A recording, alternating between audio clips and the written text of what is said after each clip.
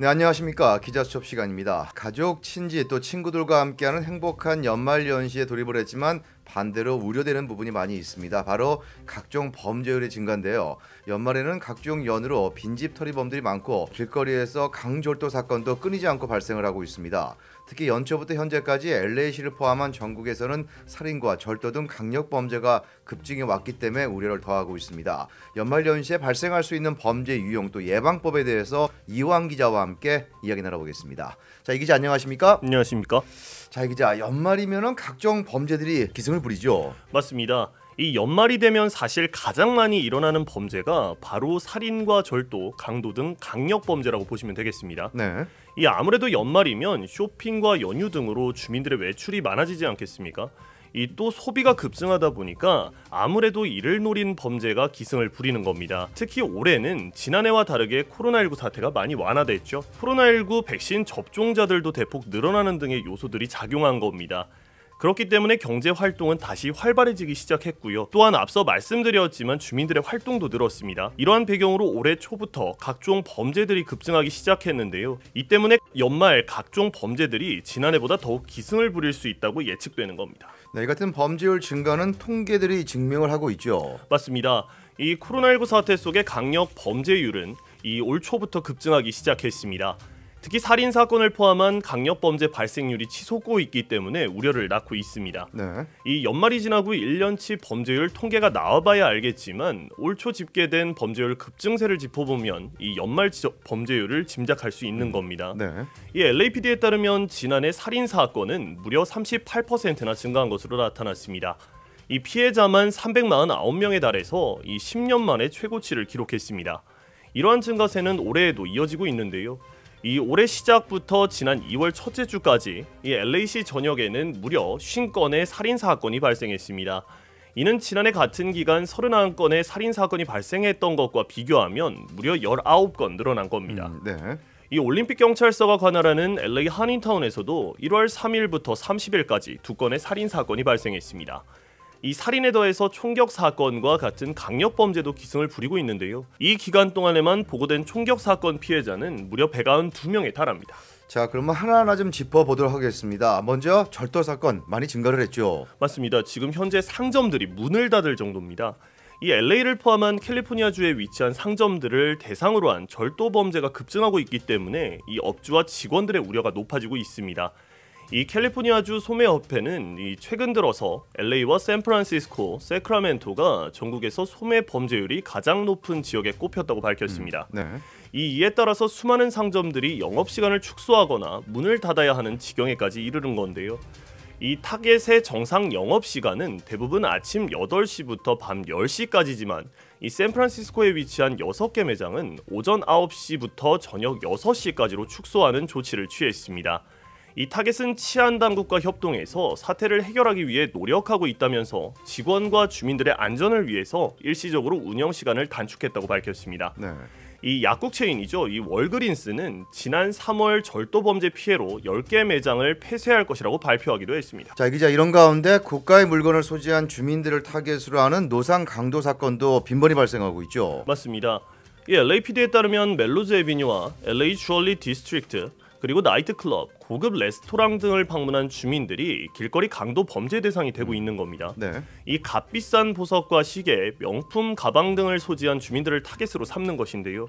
이 LAPD 강도 살인 전담반은 범인들이 고가의 물건을 소지한 주민들의 동태를 살피다가 이 집 또는 직장으로 돌아가는 길을 뒤따라간 뒤에 범행을 저지르고 있다고 밝혔습니다. 네. 이와 더불어서 고가의 차량을 타는 주민 또한 타겟이 될 수 있다고 덧붙였습니다. 이에 따라서 LAPD는 예방 수칙을 발표하고 주민들의 각별한 주의를 당부했습니다.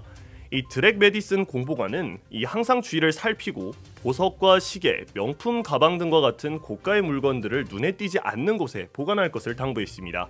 이 LAPD는 수상한 차량 또는 사람을 목격할 경우에 인상착의와 차량 번호판 등을 적어두거나 기억한 뒤 즉시 신고해야 한다고 설명했습니다. 수상한 차량이 자신을 따라올 경우에는 911에 신고하고 가능하면 가장 가까운 경찰서로 향할 것을 권고했습니다. 이 만일 강도와 맞닥뜨릴 경우에는 저항하거나 가해자를 잡기 위해서 뒤따라서는 절대로 안 된다고 강조도 했고요. 이처럼 강도 사건이 최근 급증함에 따라서 LAPD는 철저한 단속에 나서고 있다고 밝혔습니다. 네, 차량 절도도 빈번히 발생하고 있죠. 맞습니다. 이 LAPD에 따르면 코로나19가 본격적으로 확산했던 지난해 발생한 차량 절도 사건은 15,602건으로 집계됐습니다.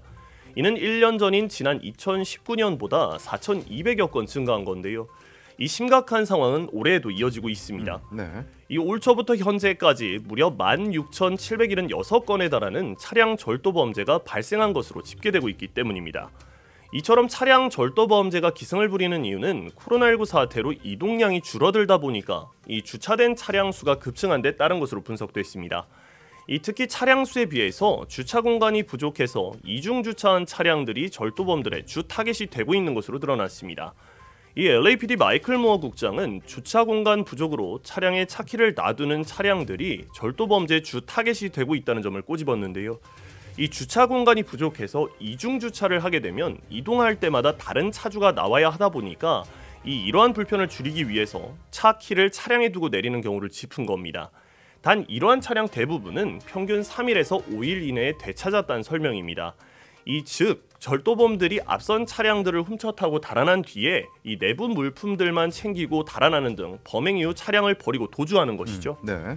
이 때문에 도난 차량들은 평균적으로 절도 현장에서 몇 블럭 떨어지지 않은 곳에서 발견됐던 것으로 드러났습니다.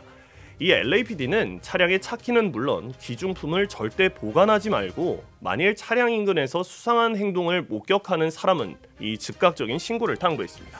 자, 이 같은 범죄들이 계속해서 증가를 하고 있습니다만 연말에는 이런 범죄들이 더욱더 기승을 부리기 때문에 각별한 주의가 필요한 거죠. 맞습니다. 서두에서도 짚었지만 이 연초부터 현재까지 각종 범죄의 발생률이 증가해 왔습니다. 네. 이 코로나19가 본격적으로 확산했던 지난해에는 이 범죄율이 상대적으로 낮았었습니다. 그도 그럴 것이 이 코로나19 확산을 저지하기 위해서 이 정부 차원에서 유례 없는 주민이동 제한령을 발령했기 때문인데요. 상대적으로 실내에 있다 보니까 가정폭력 등은 증가를 했지만 다른 범죄들이 감소했던 것이 사실입니다. 하지만 현재는 다른 상황입니다. 백신 접종으로 인해서 코로나19 확진율이 대폭 감소를 했고요. 그러한 배경을 바탕으로 이동 제한령을 포함한 각종 제한이 해제됐습니다. 그렇기 때문에 유동 인구와 소비 등은 폭발적으로 늘어났습니다. 여기서 소비까지 이야기한 이유가 코로나19 사태 동안 실내에서만 지내야 했던 주민들은 집 밖으로 나와 쏟아져 나와서 쇼핑에 나섰다는 점을 짚은 겁니다. 그렇기 때문에 수중에 현금과 귀중품 등을 갖고 다니는 주민들이 많아졌고 그를 노린 범죄가 기승을 부리고 있는 겁니다. 앞서 고가의 물건을 소지한 주민들을 대상으로 한 강도 사건도 줄을 잇고 있다고 짚은 것도 이러한 맥락에서 비롯됐다고 볼 수 있겠습니다. 앞선 배경과 범죄를 바탕으로 보면 그 어느 때보다 각별한 주의를 좀 해야 할 것 같은데, 자, 그런데 연말에는 조심해야 할 범죄가 또 하나 있죠. 그렇습니다. 전 세계적으로 유명한 영화죠. 나홀로 집에 시리즈 기억하실 겁니다. 네. 주인공인 케빈 가족은 크리스마스를 맞아서 여행을 떠나는데 케빈이 집에 홀로 남겨지고 자신의 집을 털러 온 2인조 절도단과 맞서 싸운다는 내용이죠. 이 영화를 언급하는 이유는 바로 영화 나홀로 집에와 같이 추수감사절과 크리스마스 새해까지 줄지어 이어지는 연휴 동안 여행을 떠나는 주민들이 급증해서 빈집들이 많이 있습니다.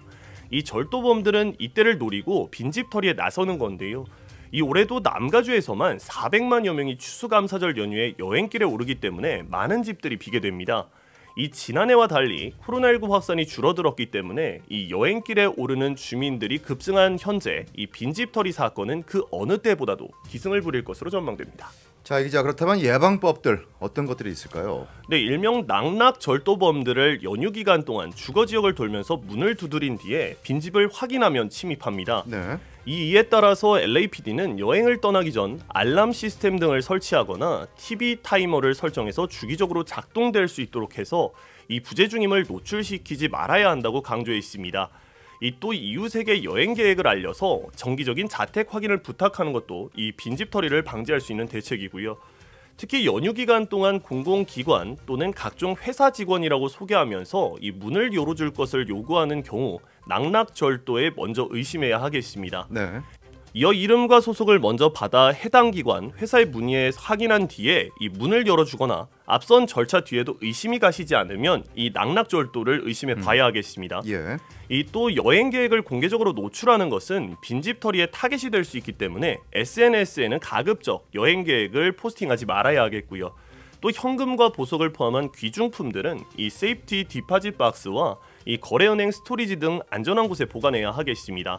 또 빈집인지 확인한 뒤에 차량을 노리는 절도범들도 있는 만큼 이 차량 내부에 기중품을 두지 말고 부득이한 경우에는 트렁크에 보관하는 것이 좋겠습니다. 자, 이 밖에 연말에 조심해야 할 범죄 유형들 또 어떤 것들이 있습니까? 네, 앞서도 짚었지만 이 연말이 되면 앞선 범죄들 말고도 이 소포들이 급증하면서 이 이를 노린 절도 범죄가 고개를 들게 되는 겁니다. 예. 이 특히 지난해와 마찬가지로 코로나19로 오프라인 매장을 찾기보다 이 연말 온라인 쇼핑에 나서는 주민들도 많다 보니까 이 소포 배송량도 급증해서 그 어느 때보다 절도 범죄가 기승을 부릴 것으로 전망됩니다. 이에 따라서 예방을 위해서는 부재 시에 가족과 지인에게 소포를 대신 받아줄 것을 부탁하거나 이 배송업체가 보관과 수령 시에 서명 옵션 등의 대책을 마련해야 하겠습니다. 네. 또 보관함이 있는 대형 소매점을 수령지로 하거나 자택 내에 이 CCTV를 설치하는 것도 절도 범죄 피해를 방지할 수 있는 방안이란 설명입니다. 이러한 예방 체계는 철저한 신고도 뒷받침되어야 하겠는데요. 이 대부분의 소포 절도는 신고가 되지 않기 때문입니다.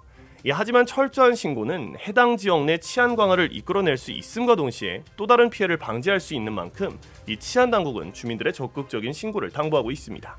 네, 범죄는 항상 조심을 해야 되겠습니다만 연말에는 범죄율이 크게 증가하는 만큼 더욱더 각별한 주의가 필요합니다. 또 연말에 경찰력도 순찰력을 늘리고 있습니다만 한계가 있는 만큼 평소에 스스로 조심하고 또 조심해서 안전한 연말을 보내야 되겠습니다. 자, 이완 기자 오늘 수고 많으셨습니다. 수고하셨습니다.